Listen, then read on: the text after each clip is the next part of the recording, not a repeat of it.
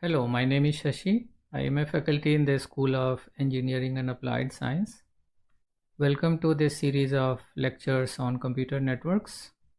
CSC 330 is a first course on the subject, so I am assuming that you are taking this course for the first time. In this video, I will first give you a brief background of computer networks. Then I will go over course objectives and course contents. By the end of this video, you will know what is a computer network. You will also know why computer networks are important. And finally, you will know what to expect from this course. Let us begin.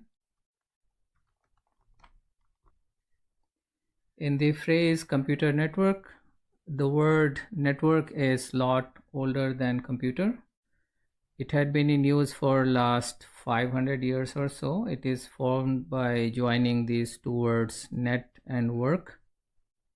Initially, the word used to refer to net-like a structure made of threads, wires, and so on. Later on, the use of this word was extended to refer to other kinds of networks. The word network is also used as a verb, and in that case it means to cover something with a network, or to form a network, or to join a new node to an existing network. Here is a definition of computer networks. Computer networks are concerned with connecting two endpoints for the purpose of exchange of bits. A computer network is a kind of communication network. Telegraph and telephone networks are other examples of communication network. Communication networks are concerned with exchange of information, which may or may not be in the form of bits. In the case of telegraph networks, what gets exchanged are telegram messages. A telegram message is basically a text message written on a piece of paper. In the case of telephone networks, what gets exchanged are voice conversations. A distinguishing feature of computer networks is that these systems are concerned with exchange of bits, and therefore computer networks are also referred to as data networks. Here is an illustration of a small computer network. These three desktops share a printer and they are also connected to a server. Now suppose a user sitting on this desktop A is printing a paper. This paper is going to be transmitted on this network to the printer in the form of a stream of bits. Before continuing our discussion of computer networks, I will give you a brief introduction of telegraph and telephone networks. As I mentioned in my previous slide, telegraph networks were used to send text messages called telegrams. A Frenchman by the name Claude Chappe invented what is called optical telegraph. It was a machine that had mechanically moving parts. He first demonstrated his system in 1791, and by 1793 there was a long distance telegraph line already in place in France. The way this system works is that this structure, as you can see in this figure, is placed on a series of towers, and these towers were separated a few miles apart, roughly about 15 to 20 miles.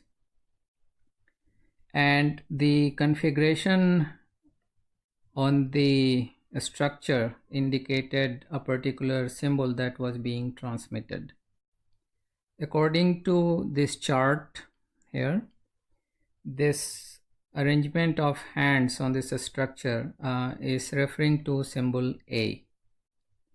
Now, what would happen is that on these series of towers, typically one or two people would man the system. So assume that each tower is manned by two people. One of them would use a telescope to see what the current configuration of the previous tower is, and then inform this to his colleague, and his colleague would use a series of pulleys to maneuver this structure to mimic what is being displayed at the previous station. So in this case, the configuration of this mechanical arm on this tower would be like letter A, and this process continues. So again, in the next station, a person using a telescope would see what is going on and then inform, and then configuration on this tower would be changed to symbol A, and so on. That's how messages were propagated from one end of the country to the other end, one symbol at a time, and that to transmit a symbol, one had to manipulate levers and pulleys, so it was rather slow process. And poor visibility, such as bad weather or night, would make this entire system useless. So these were the limitations of this system. In the early 1800s, a number of attempts were made to develop electrical telegraph. Among those attempts, the most notable one is called Cook and Wheatstone's telegraph. It was developed in the UK in 1837, and it was the first commercially available telegraph. However, the telegraph system that was most widely adopted was developed by Samuel Morse. He was an American inventor, and he developed his telegraph system independently of this European effort that I mentioned. And he is also known for developing what is called Morse code. This code was adopted as an international standard for sending telegrams, and his Morse code is a system of what is called dots and dashes. So these symbols are called dots and these symbols are called dashes, and a dash is 3 times as longer as a dot.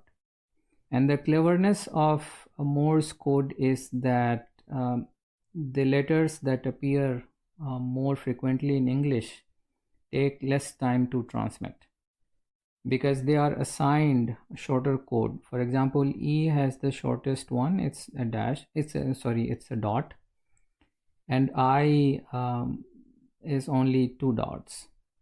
However, the letters that appear less frequently like Y or X or Z, they are assigned longer codes. So to send one letter, let's say A, the operator would press this lever for duration of dot, and then he would press it again for duration of dash, and before starting to transmit another letter, he would wait for a duration of a dot. And if it's an end of a word, then the operator would wait for a duration of a dash. That's how Morse system was used to transmit, telegrams. And interestingly, this system was used until very recently in India. The last telegram was sent on July 15th, 2013. Although everyone uses a smartphone these days to make phone calls, but I presume you are familiar with these telephones. Although there was a dispute between Alexander Graham Bell and another person by the name Elisha Gray about the invention of telephone.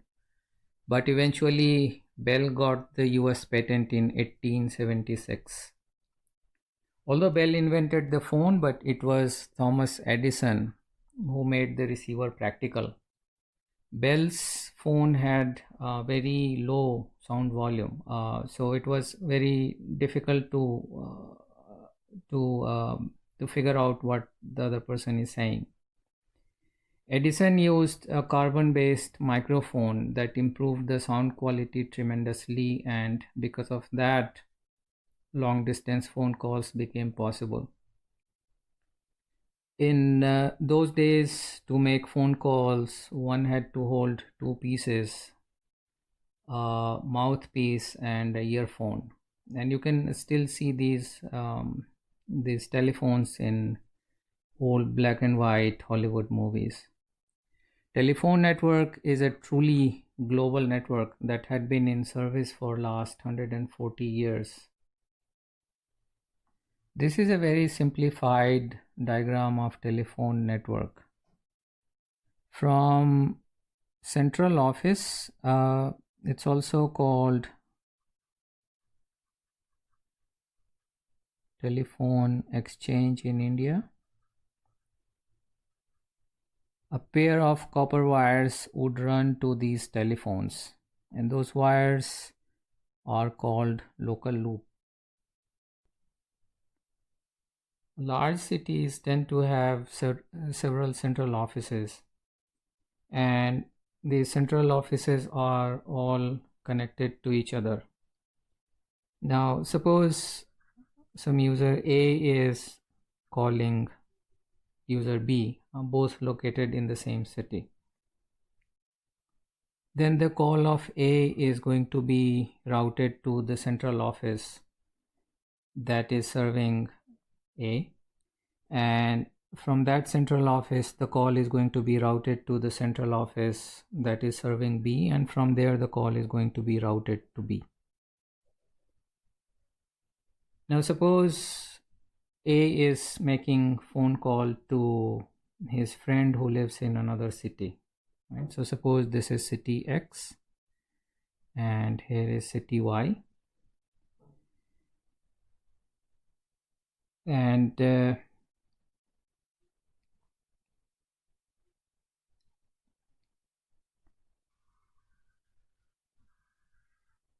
these indicate the central offices and toll office in city X, and this portion is things in city Y.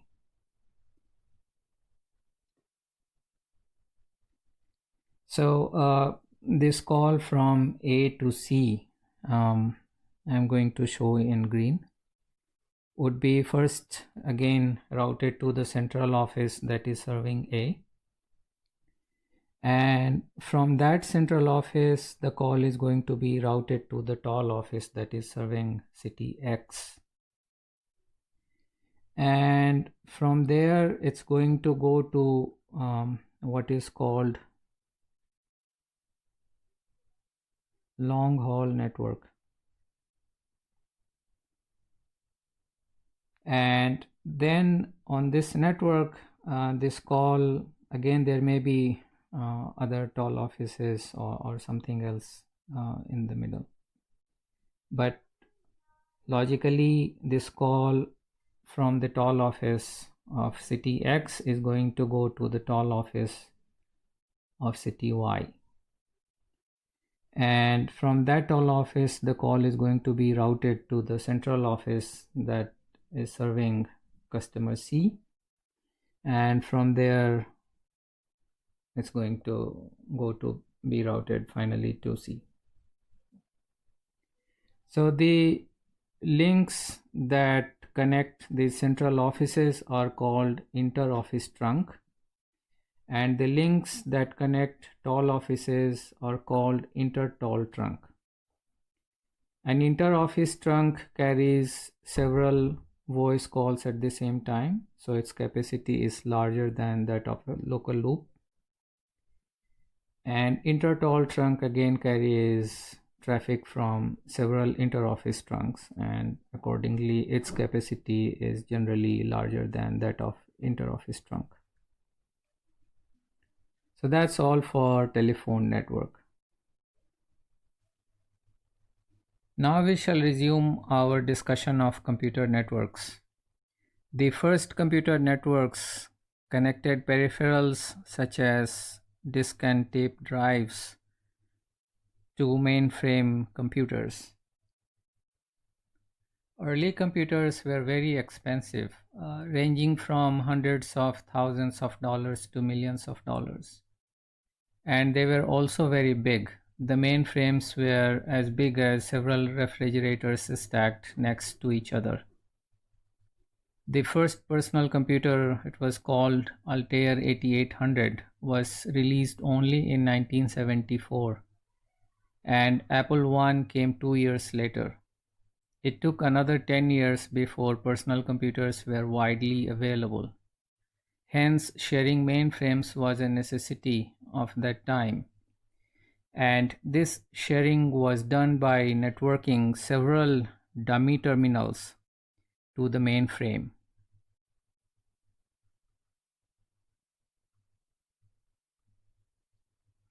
This is a picture of dummy terminals. These things look quite complex and very impressive, but they are just monochrome monitors with CRTs inside. They were basically fancy black and white televisions.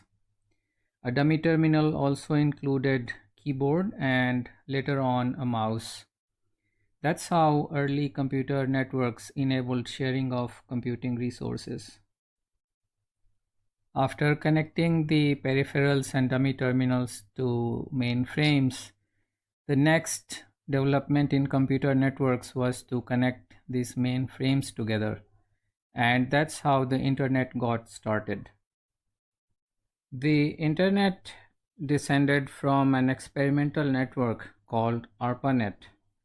ARPA stands for Advanced Research Project Agency. It was a defense research agency in the US. The first message on ARPANET was sent on October 29, 1969.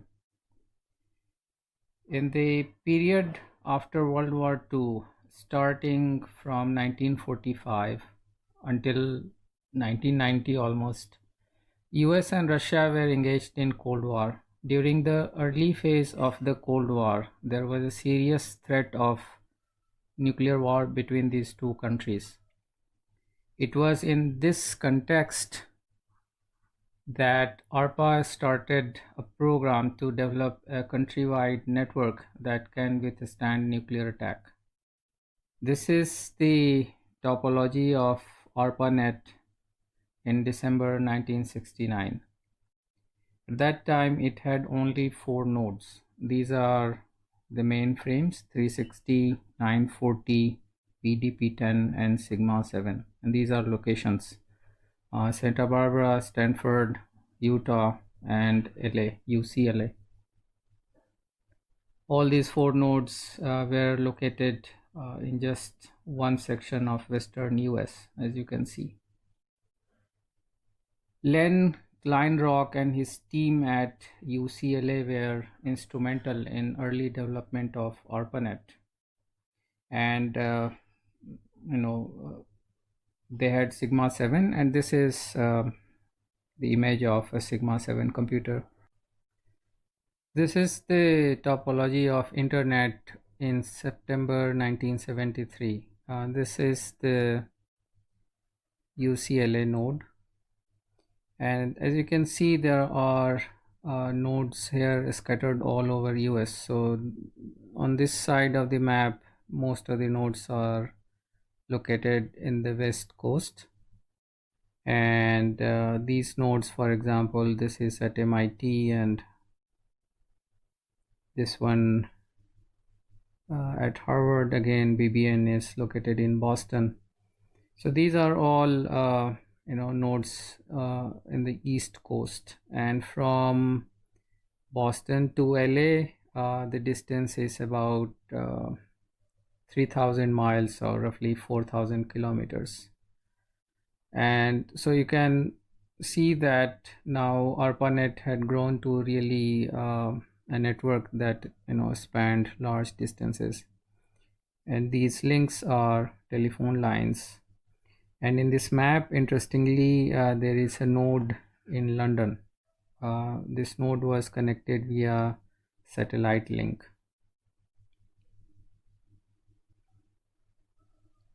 So in merely 4 years, ARPANET had grown from a small regional network to a network that has spanned thousands of kilometers. This image shows about 1/3 of reachable internet nodes in 2005. From a few dozens of nodes, all located basically in the US, as you saw in the previous slide, the internet had grown to a massive 300 million plus hosts by 2005, and all these hosts spanning over 200 countries in just a short span of 35 years. How big is the internet now? According to this website, internetlivestats.com, that tracks the internet, there are 4.6 billion users and 1.8 billion websites. This is the current data on internetlivestats.com. Here it's showing there are about 4.6 billion internet users in the world, 1.8 billion websites, about 250 billion emails sent every day, 7 billion Google searches every day, millions of blogs, tweets, videos. Here is showing about 4 million smartphones sold each day, and this number is roughly 7 times the number of computers that are sold every day. And this was completely unthinkable just 10-12 years ago. 7.8 exabytes of data was sent over the internet in just one day. 3.9 million megawatts of electricity was consumed, and 3.1 million tons of carbon dioxide was emitted due to the internet.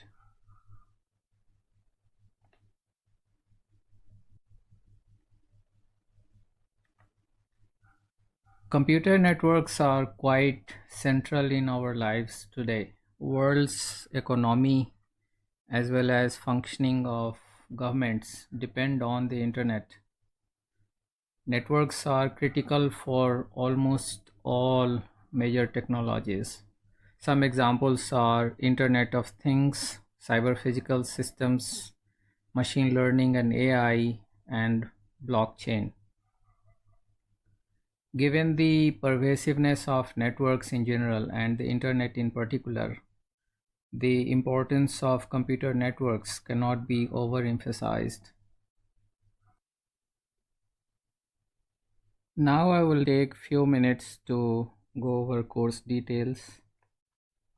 Here is the list of course objectives. In this course, you will learn the fundamentals of computer networking. By the end of this course, you will have gained a thorough understanding of layered network architecture. In particular, you will know the functionalities and protocols that are used in link, network, and transport layers. You will also know how these layers interact. By the end of this course, you will understand why certain designs are scalable, Lastly, you will gain some experience in network software implementation. A student of computer networks can take the perspectives of an application developer or a network operator or a network designer and developer. This course mainly addresses the perspective of someone who would design and develop networking components. As for the progression of this course, we will begin with the basics. In this segment, we will discuss topics like layered architecture, end-to-end principle, socket API, and performance metrics.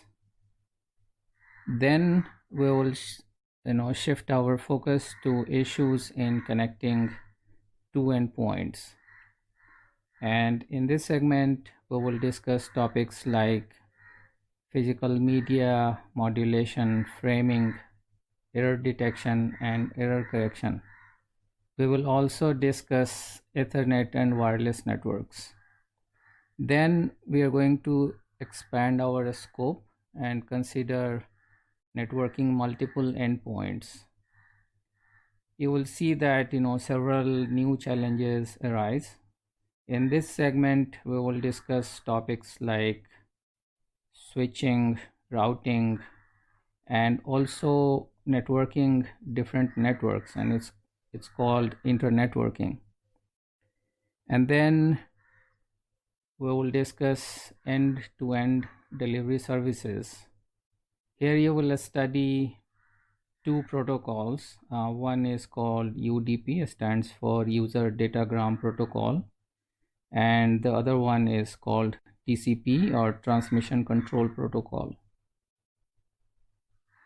And lastly, we will study congestion control and the mechanism for congestion control that is used in TCP.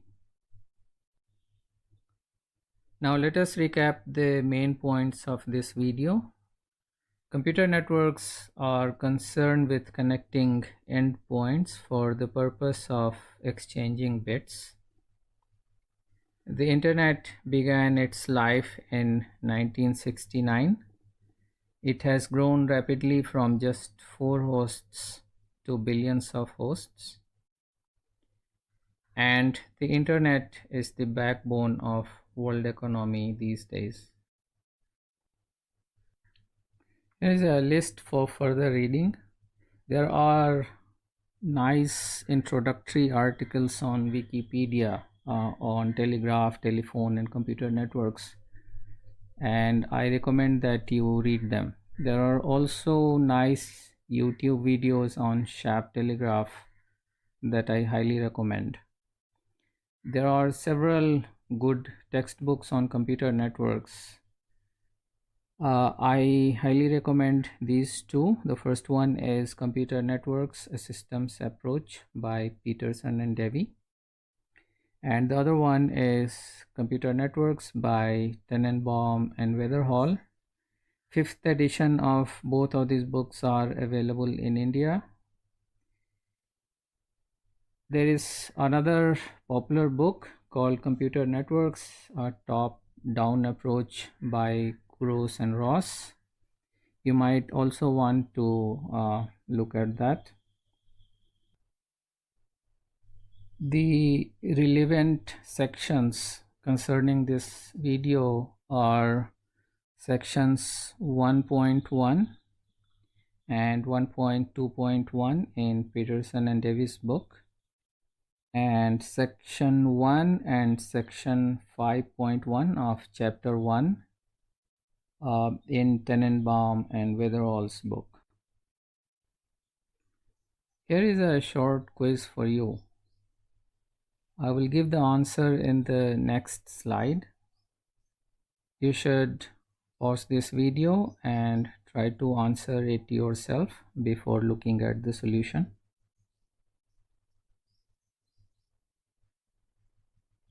Here is the solution. The correct options are B and C. The first option that says computer networks are concerned with exchange of atoms is wrong. Actually, computer networks are concerned with exchange of bits. This is correct choice. The purpose of telephone network was to carry voice messages. It was a network that was specialized just for this purpose. Option D is wrong. The internet started in 1969 and therefore it's about 50 years old, not 140 years. It was the telephone network that started 140 years ago. That's all for this video. See you next time.